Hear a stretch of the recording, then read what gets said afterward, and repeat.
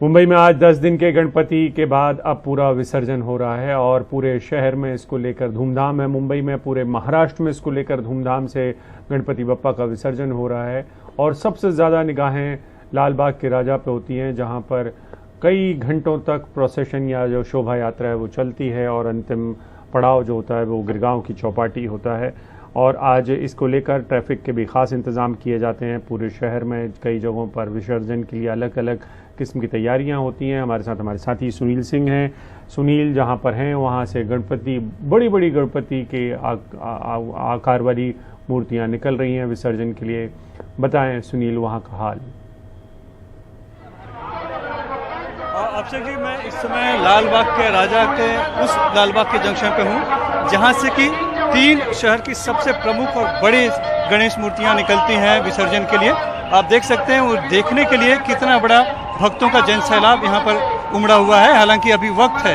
एक है गणेश गली के मुंबई के राजा, जिनकी कि विश्वकर्मा के तौर पे उनकी मूर्ति है, जिनके जो अपने पंडाल से निकल चुके हैं सुबह ही और घूमते हुए अभी कुछ देर बाद यहाँ पर वो आएंगे।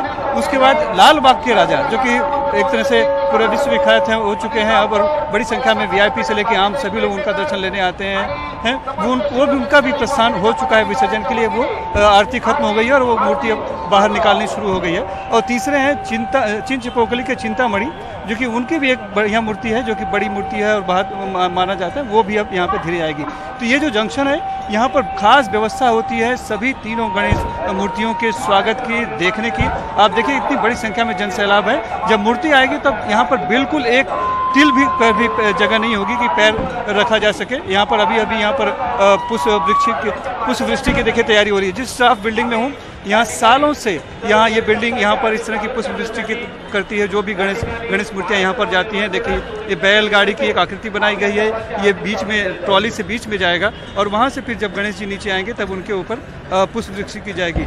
नीचे हम देख रहे हैं, देखिए पटाखे अभी लगाए गए थे और पटाखे की माला और फिर से लगाई जा रही है। और ये पूरा जो जंक्शन है, अलग अलग पार्टियों के आपको मंच दिखाई पड़ेंगे। यहाँ पे MNS है, शिवसेना है, बीजेपी है और एक बड़ा यहाँ पर एक तरह से हम कहते हैं कि प्रतियोगिता होती है कि स्वागत करने की बड़ी होड़ सी लगी रहती है। देखिए पटाखे बजने यहाँ पर शुरू हो गए और अपने अपने घरों के दरवाजे से बालकनी से यहाँ पर देखते हैं। ये फ्लाईओवर है, फ्लाईओवर पर भी कुछ लोग आ जाते हैं और यहाँ से देखने शुरू करते हैं। हम पुलिस के रूप में सभी को वहाँ से हटा देते हैं। ये विसर्जन के दिन का सबसे प्रमुख स्थल है, जहाँ की सबसे बड़े 3 जो गणपति हैं, अहम गणपति, वो यहाँ से उनका विसर्जन ट्रॉली यहाँ पे गुजरती है।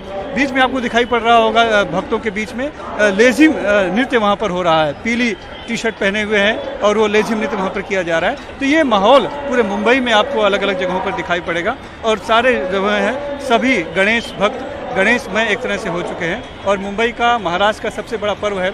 10 दिन गणपति बप्पा की पूजा अर्चना करने के बाद आज 11वें दिन अंतिम विदाई देने का वक्त आ गया है। लिहाजा गणपति बप्पा मोरिया, मंगल मूर्ति मोरिया और पुरच्या वर्षी लवकरिया के नारे से गूंजता हुआ पूरे सभी मुंबई की सड़कें, गलियां यहाँ पर इस तरह से हो गई हैं। और यह यात्रा धीरे धीरे बढ़ेगी समंदर की तरफ, क्योंकि विसर्जन जो है वो समंदर में किया जाता है। तो कुल 73 ऐसे विसर्जन स्थल हैं जो कि समंदर में हैं या बने हुए हैं। खास करके सबसे बड़ा जो विसर्जन स्थल है वो गिरगांव चौपाटी का है। उसके बाद दादर चौपाटी, जुहू बीच, मारवे और गोराई के बीच में विसर्जन किया जाता है। इसके अलावा 100 के ऊपर कृत्रिम तालाब भी बनाए गए हैं और मुंबई की पुलिस की तरफ से इसके लिए बहुत चाक चौबंद सुरक्षा व्यवस्था की जाती है। जैसे कि 3500 अफसर जो है वो सड़क पर मौजूद रहेंगे, 15500 पुलिस के जवान सड़क पर मौजूद रहेंगे, RAF की कंपनी यहाँ पर लगी हुई है, फोर्स 1 को भी डिप्लॉय किया जाता है इस पूरे मामले को देखने के लिए। होम गार्ड के कम से कम 800 के करीब जवान रहते हैं और सिविल डिफेंस और बाकी लोगों की भी उस पर पूरी मदद दी जाती है। कोस्ट गार्ड जो है खुद अपना एक हेलीकॉप्टर निकालता है और वो पूरे मुंबई के कोस्टल जो इलाका है वहाँ पर ऊपर से वो पूरा एक तरह से जायजा लेता है और उसकी तस्वीरें भी लेते हैं और कभी हमें वो तस्वीरें भी जारी की जाती हैं। तो वो तस्वीरें हम आपको दिखाएंगे कि आज कैसे जन सैलाब, जन समंदर और सागर का मिलन होता है। पूरे के पूरे जो लोग हैं, आम भक्त है, आम जनता है, वो कैसे समुद्र के किनारे पहुंच जाती है गणपति बप्पा का दर्शन करने के लिए, उनका एक झलक पाने के लिए। तो आज यहाँ पर दर्शकों को जी ब्रेक लें, उसके पहले ये बताएं कि लाल बाग के राजा जब निकलेंगे तो वो कब तक पहुंचते हैं, क्योंकि उनकी यात्रा कितना लंबा वक्त लेती है और कितने किलोमीटर की वो यात्रा होती है।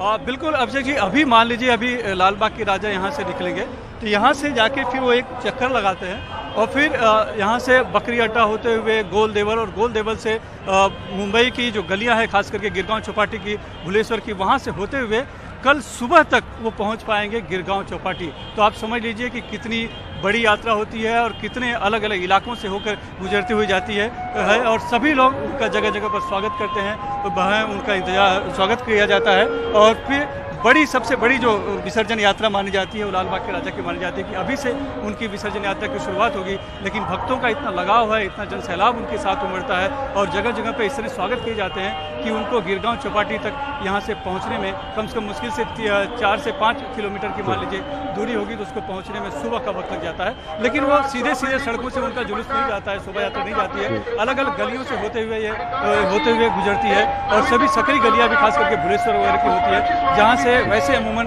ट्रैफिक नहीं जा पाता, लेकिन वहाँ पे खास व्यवस्था की जाती है।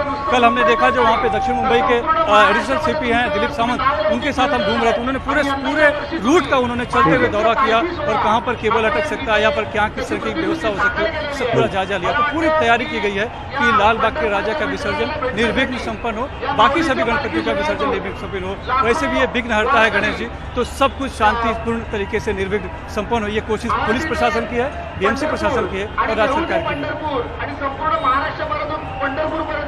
ठीक है, बहुत बहुत शुक्रिया आपका इस पूरी जानकारी के लिए। तो आज लाल बाग के राजा आज उठेंगे, उठ चुके हैं, यानी कि उनकी आरती हो चुकी है विसर्जन के लिए, और अब वो कल सुबह पहुंचेंगे। आप अंदाजा लगाइए कि ये चंद किलोमीटर की यात्रा होती है, लेकिन इसमें कितने लोग होते होंगे, कितने सारे लोग शामिल होना चाहते हैं, जिसकी वजह से ये यात्रा धीरे धीरे करके पहुंचती है कल सुबह तक।